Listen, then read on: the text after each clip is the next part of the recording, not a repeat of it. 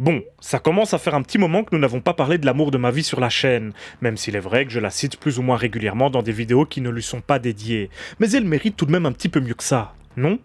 Bien sûr, vous aurez compris que je parle de la belle Sadako, à la coiffure impeccable et la manucure toujours bien soignée, antagoniste de la saga Ring, mais protagoniste principale dans mon cœur d'artichaut. Car la dernière fois que nous avons vraiment parlé d'elle, c'était il y a plus de 2 ans avec la vidéo consacrée au tant attendu mais décevant Sadako, qui voyait le maître Hideo Nakata, réalisateur du tout premier Ringu, revenir à la franchise qui avait fortement contribué à sa renommée, mais qui lui devait également une grande partie de son succès. Et comme à la fois la carrière du cinéaste et le succès de la série cinématographique des Ring n'étaient pas au meilleur de leur forme, cette réunion, 20 ans après leur début fou, qui aura tout simplement lancé la vague de J-horror moderne qui envahira le monde entier, semblait être une excellente idée. Enfin voilà, même si le film fut un succès commercial relatif avec 5 millions de dollars de box-office récoltés uniquement au Japon, les critiques n'ont pas été tendres avec ce nouvel opus et l'avenir de la saga était encore en proie au doute. Jusqu'à aujourd'hui, avec la sortie d'un nouvel épisode que j'ai eu la chance de découvrir au bif et dont je vais m'empresser de vous parler. Bonsoir, amis de l'horreur, et bienvenue dans cette nouvelle critique glauque consacrée à Sadako DX.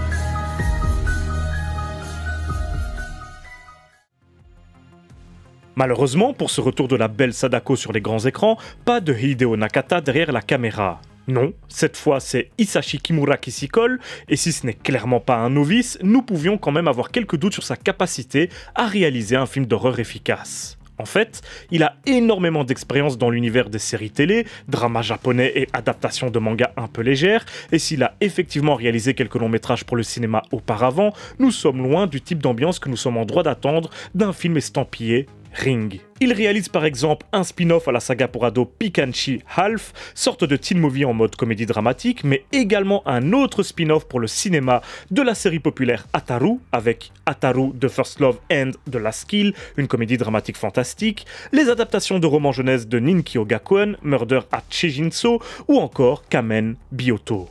Bon, je me doute qu'aucune de ces œuvres ne vous parlera pour la majorité d'entre vous, et c'est bien normal.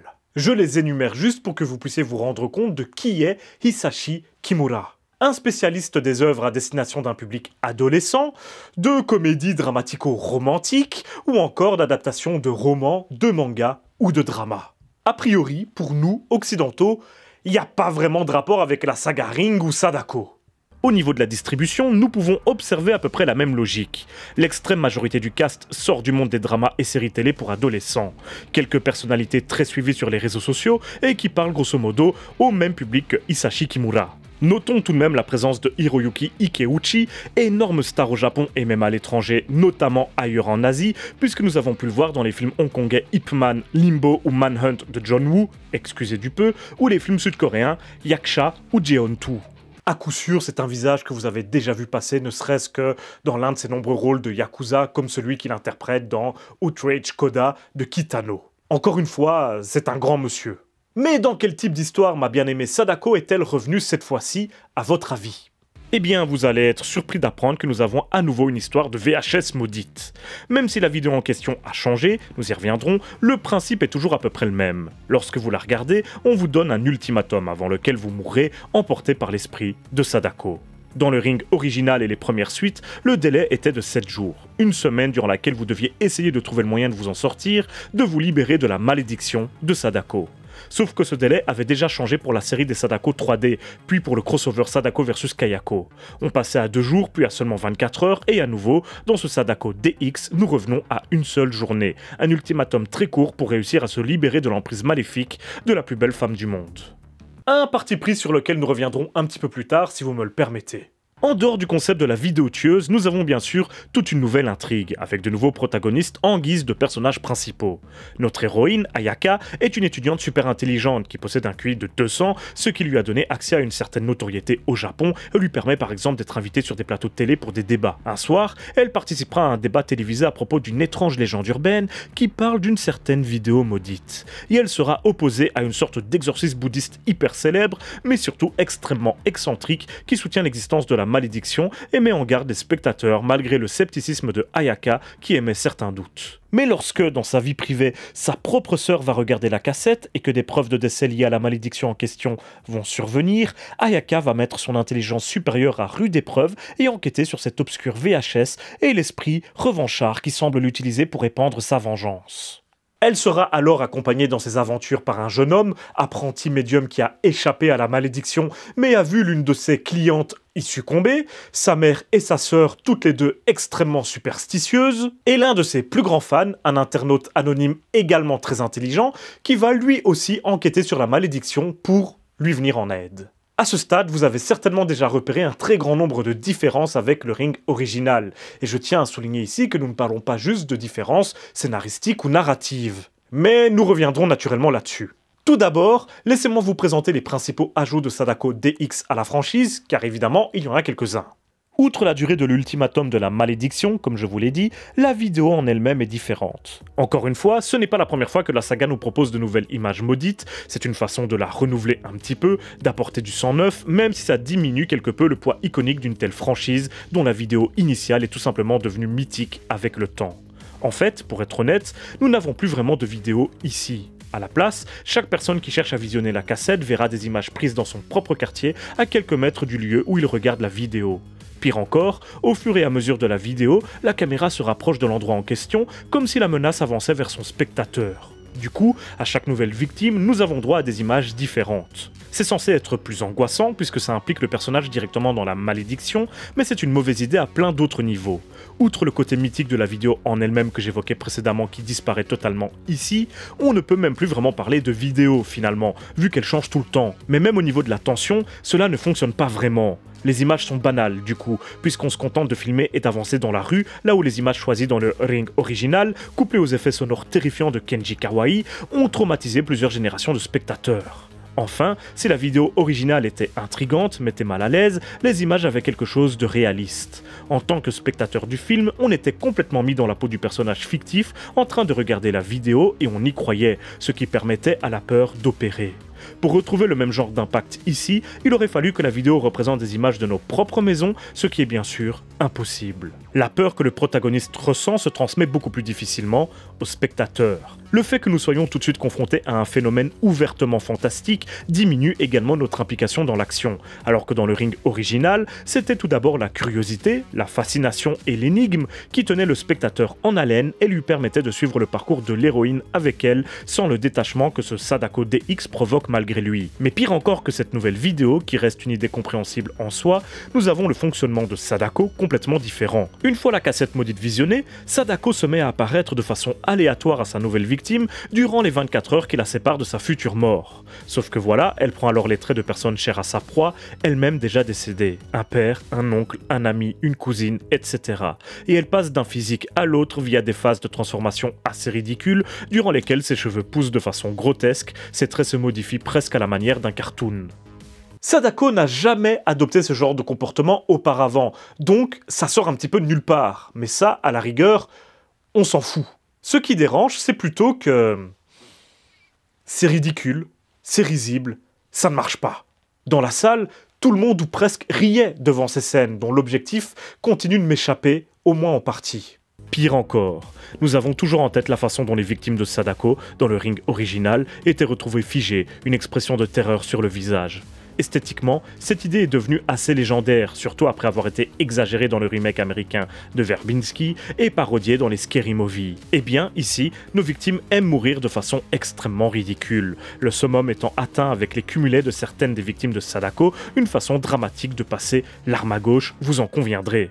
Le pire étant qu'on insiste bien sur cette scène, repassée plusieurs fois durant le film, arrachant à chaque fois de plus en plus d'éclats de rire de la part de l'audience lors de ma séance au pif. Et en fait, au fur et à mesure de mon visionnage, j'ai été de plus en plus consterné. Certes, c'est toujours un plaisir pour un fan comme moi de retrouver une saga que j'aime, sur grand écran qui plus est, et ce, même si la saga nous a déjà offert quelques vrais mauvais films, ne nous l'auront pas. Mais ici, il y a bien quelque chose de différent. Le traitement de Sadako a tout simplement changé avec le temps. Le personnage n'est plus le même. Et ça, c'est dû au fait que, aujourd'hui, Sadako ne fait plus peur. C'est un fait. À la sortie de Ring, largement considéré comme un film terrifiant à l'atmosphère des plus réussis, assez inédite en Occident à l'époque, Sadako est devenu une star. Partout, pendant 15 ans, nous avons pu voir ses clones envahir le cinéma d'horreur, au Japon bien sûr, avec des tas de nouveaux films désireux d'exploiter le succès de la J-horror moderne, mais également chez nous, que ce soit avec les remakes de ces films japonais, ou même tout simplement avec de pures copies, comme pour chaque film qui marche un petit peu correctement à travers le monde. Mais bien sûr, Sadako elle-même a continué d'être exploitée. Ring est d'abord devenu une trilogie cinématographique, a été exploité en manga, en série, puis a connu plusieurs nouveaux spin-offs, suites non canon et autres façons parfois grotesques de prolonger l'aventure, et surtout de continuer à générer de l'argent. Les Sadako 3D, Sadako vs Kayako, puis le grand retour de Nakata avec Sadako en 2019, comme dit en introduction. Mais surtout, le personnage a continué d'être exploité en dehors des œuvres artistiques, avec des tas de goodies, d'innombrables apparitions télévisuelles, des caméos un peu partout, jusque dans le jeu vidéo, jusqu'à des chorégraphies organisées en plein cœur de Shinjuku pour le grand plaisir des badauds. Faut croire que je ne suis pas le seul à l'adorer, finalement. Bah oui, sinon toutes ces conneries ne fonctionneraient juste pas. Personne n'en aurait quoi que ce soit à foutre. Mais le résultat, c'est qu'elle a perdu toute sa puissance terrifiante. Comment avoir peur d'un personnage qu'on peut voir manger des glaces ou danser sur de la K-pop sur internet? Comment avoir peur d'un antagoniste qui ouvre sa propre chaîne YouTube, au contenu assez décevant d'ailleurs, et dont toutes les armes effrayantes sont détournées au fil du temps pour simplement devenir kawaii? C'est bien la Kadokawa, l'énorme boîte qui possède les droits de la franchise, qui est responsable en grande partie de ce nouveau statut, puisqu'elle a essoré Sadako pendant des années pour en tirer le plus de bénéfices possible. Et aujourd'hui, comme tant d'autres avant elle, comme Freddy Krueger ou Chucky, Sadako ne fait plus peur.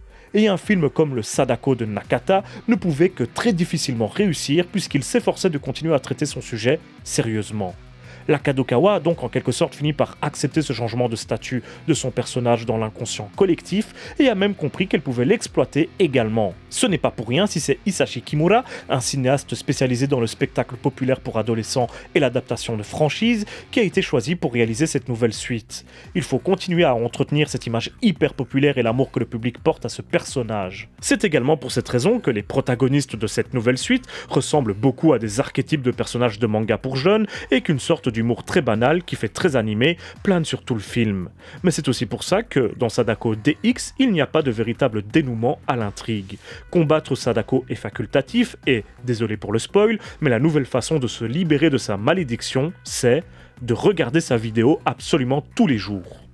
Et oui, si la malédiction de Sadako était auparavant la matérialisation d'un virus, qui désirait donc se propager et qui mourait lorsque son hôte mourait, mais était également une métaphore de l'expansion du marché vidéo, ici, on dirait que c'est une parfaite représentation du divertissement de notre époque. Regardez la même connerie en boucle tous les jours, un petit peu comme une session journalière sur TikTok ou sur YouTube. Bon ok, ça fait un peu boomer de dire ça, mais c'est plutôt cynique de la part de la Kadokawa. Même si c'est involontaire, c'est plutôt intéressant à souligner. Mais le pire reste à venir, croyez-moi.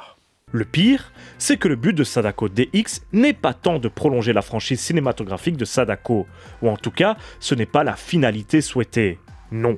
Le but, c'est de promouvoir le personnage afin que la Kadokawa puisse continuer à la vendre lors de nombreux partenariats commerciaux. L'un des plus connus chez nous étant Dead by Daylight, mais au Japon, encore une fois, elle est exploitée de bien des façons.